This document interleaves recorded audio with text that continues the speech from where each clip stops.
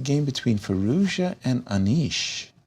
Yeah. Remember, that was the peace sacrifice. Whoa, a bishop ending? Wait a minute, that's 2 extra pawns?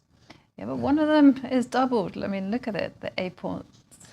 But it's mine. It's double, but also wrong. It's a wrong pawn. Oh, it's the wrong color pawn. I mean, the A important. pawns and the A8 square being white. But hold on, king to d7. Oh, for a moment there I thought as white I was going to get my pawn to e6, but king g4 is met by king e6.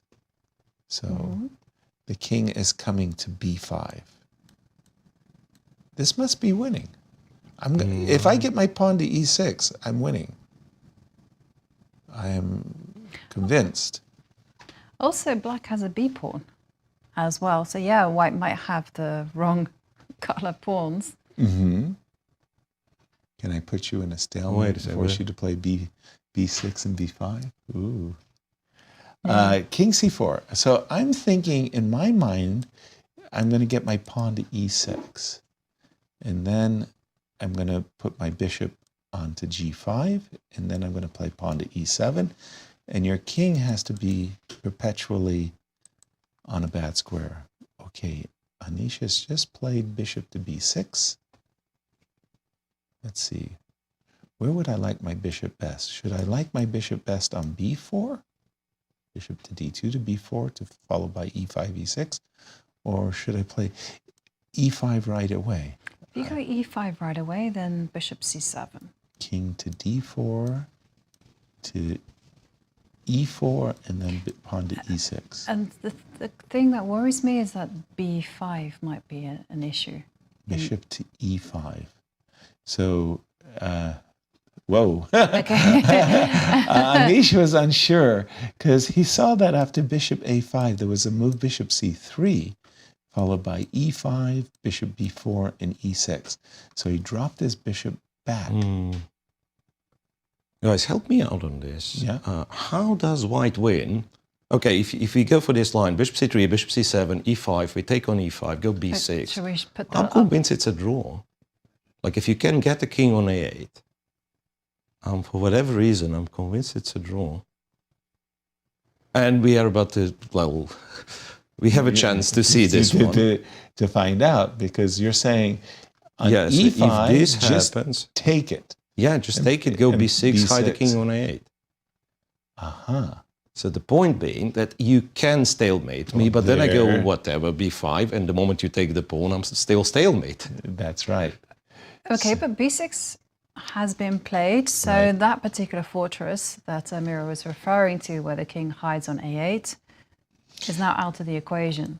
Well, I'm thinking that white should challenge this bishop, bring his king back to f3, so he can play bishop to f4. We want the pawn on e6. We definitely want the pawn on e6. Here we go. King to d3, king to e2, king f3 on white's agenda. Now that the pawn is on b6, the king can't easily stay on the e6 square because the pawn needs protection.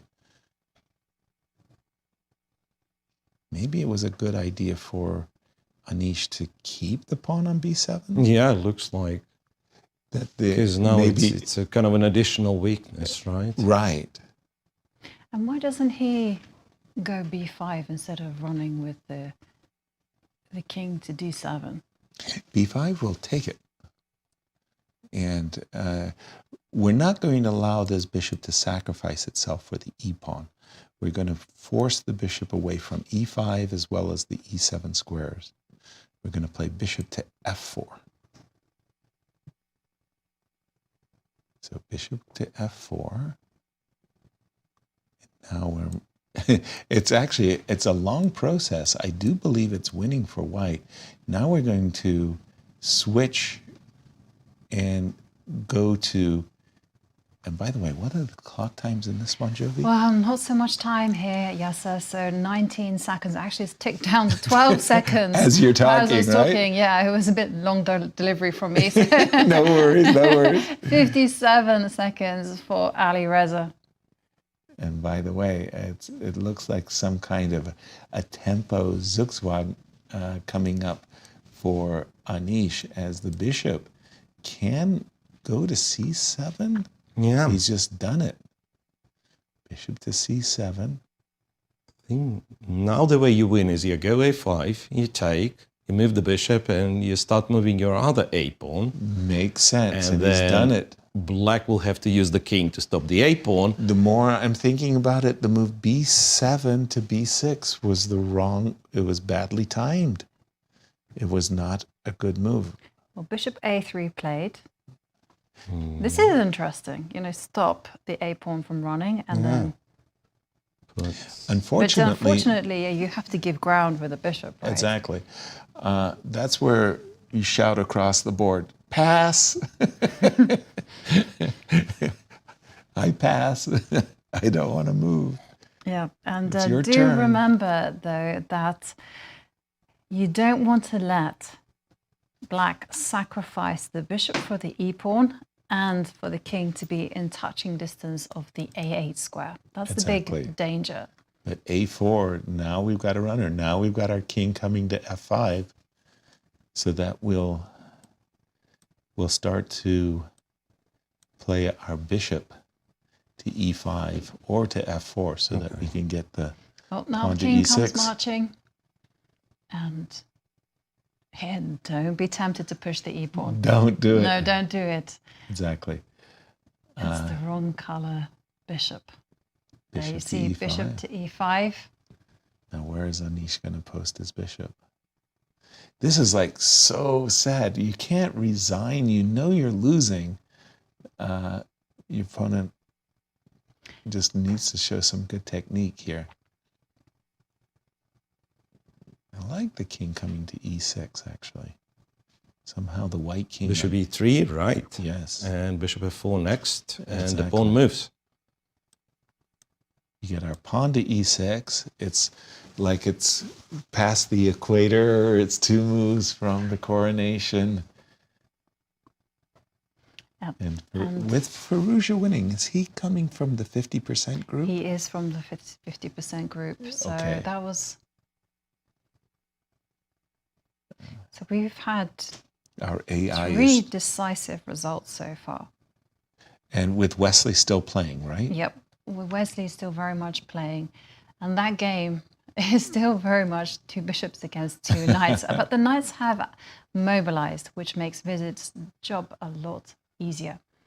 And Nice. there we do see the king go to b7. Once again, White has to advance the e-pawn with a lot of caution Exactly. to make sure it cannot be taken. And so that's why bishop f4. And again, the bishop is going to patrol this diagonal in order that once the pawn gets to e6, again, the bishop will be ready to sacrifice itself for the e-pawn. But then White's king is going to end up on the d5 square, and he's going to play bishop to d6. So e5, here we go.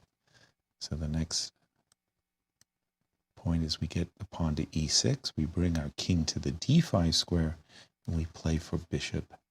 And the resignation. There's a resignation from Anish. Wow, we didn't see how it happened, but we're going to jump back.